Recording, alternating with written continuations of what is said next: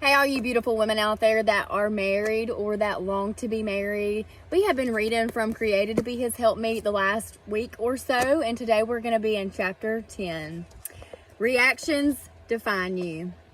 A wise woman does not dream of what could have been. She does not see herself as God's gift to men. Therefore, she is joyful and content in her present circumstances.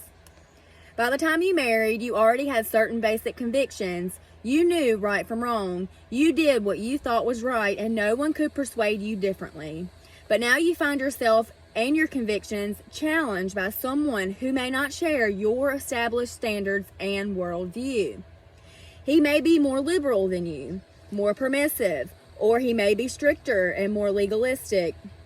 The presence of children further complicates the situation. You want desperately to do what is right for them, but you have submitted yourself under the authority of another.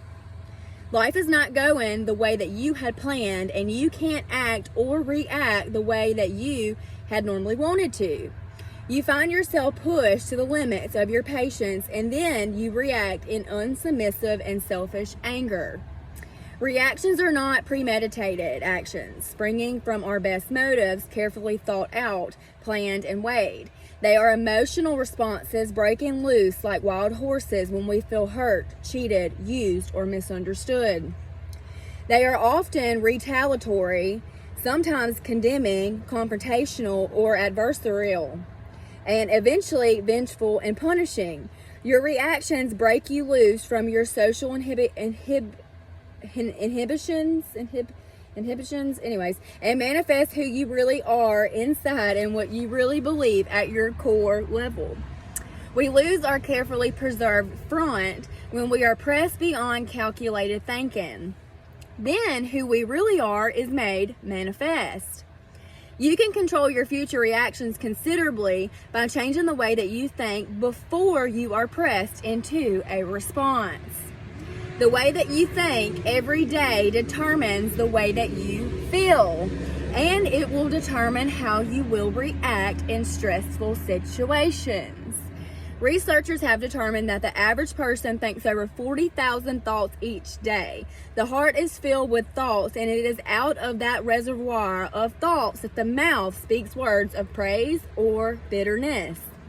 When the pressure is on and the dam of reservation breaks loose, you cannot control what you say, because you will speak from the abundance of your heart, from the 40,000 thoughts that you had that day and all the days before. A good man out of the good treasure of his heart bringeth forth that which is good, and an evil man out of the evil treasure of his heart bringeth forth that which is evil. For of the abundance of his heart his mouth speaketh. Luke 6:45. If you, as a wife, are going to change the way that you have been speaking, it is not a matter of willpower. It is a matter of thought power. For as he thinketh in his heart, so is he. Proverbs 23:7. You must bring into captivity every thought to the obedience of Christ. 2 Corinthians 10:5. For out of the heart proceed evil thoughts. Matthew 15:19.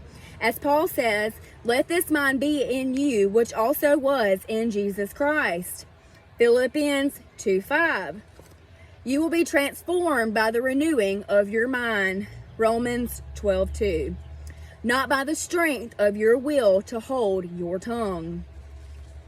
God tells you how to think about your role as a wife and as a helpmate. If you believe him, you will think differently. If I were in an airport baggage pickup area waiting for my red suitcase and I saw a young man snatch it and run, I would be very upset until I learned that my husband sent him to get it for me. When my thinking changed, my feelings changed.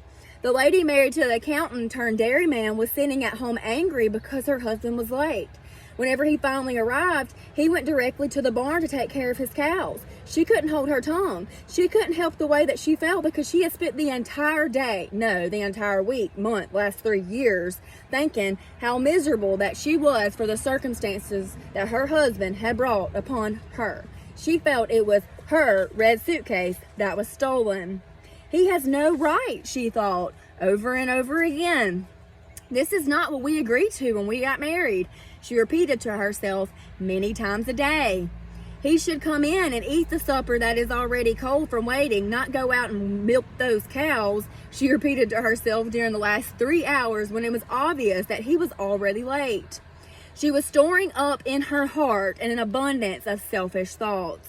Her actions and reactions became enslaved to her misguided thoughts. What could she do to change her thoughts? She could learn something she does not know, not from just this book's advice, but from God's book, the Bible. She was not created to choose her husband's vocation, nor to choose his or her lifestyle. She was created by God to be her husband's helper. In her case, that meant becoming a country girl, a dairyman's helper. She doesn't have to like cows, but she was created to help the man who does like them cows. Think how different that it would be if when he were 3 hours late, she thought about how blessed she was to have a good man coming home to her at 7 in the evening with a paycheck, and to have love, security, a father for her children, a warm bed all night, and the promise of a bright future with more cows, better milking equipment, and hopefully a rise in the milk prices. How thrilling life would be. How exciting and new every day would be, an adventure out in the country, not stagnating like the rest of the old fogies in town. Many a woman is sitting alone at 7 in the evening, afraid that her ex-husband might try to break in again. And she is wondering where she and the kids are going to move next month when they are evicted from their duplex. She and many others would love to be in this lady's kitchen, waiting peacefully for her grassroots husband to come in late for supper, only to go out and tend to his cows. When he did finally come home through the door, his dinner would be warm and the smiles and hugs would be warmer, with promises of even a warmer bed. You are what you think, and God tells you. You are what you think, and God tells you how to think. Think the truth. This is not the power of positive thinking. This is the power of the truth as God defines it. You are created to be your husband's helper, not his conscience, not his vocation director, and certainly not his critic. When you develop an adversarial relationship with your husband, you do so on the premise that you are right and he is wrong. You are also assuming that you have the duty to resist, confront, and challenge him. And thinking that he is wrong and you are right, you declare yourself wiser than he, more spiritual, more discerning, more sacrificial, etc. All this adds up to the obvious conclusion that you have assumed the role of leadership, teacher, and judge. This is sinful and odious, and it displeases God greatly. No woman will ever have peace and joy until her mind is filled with goodwill towards her husband, and she is committed to becoming a good helpmeet for him. Is much of your life a reaction to real or perceived wrongs? Are you truly as wise as you think? Take the wisdom test below. Wisdom test. 1. Do you have enough fear of God to not question his word? 2. Do you sometimes feel that God is punishing you by telling you to obey your husband? 3. Would you give God excuses like, well, my husband is mean, or I'm a strong personality and he is weak? 4.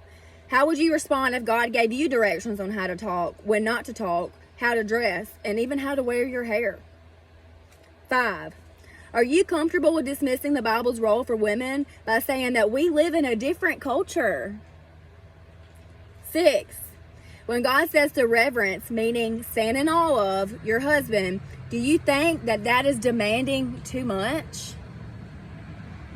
Will you say, if God says it or even suggests it, then that is what I will do?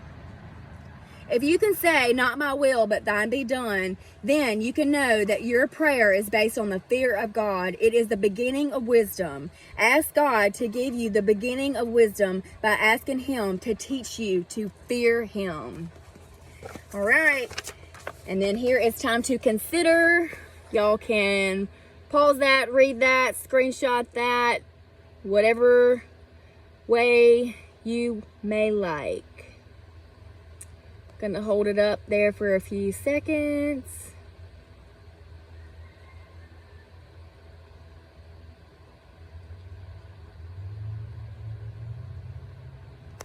All right, y'all. And that's all for chapter 10. And I will see you next time with chapter 11. Goodbye.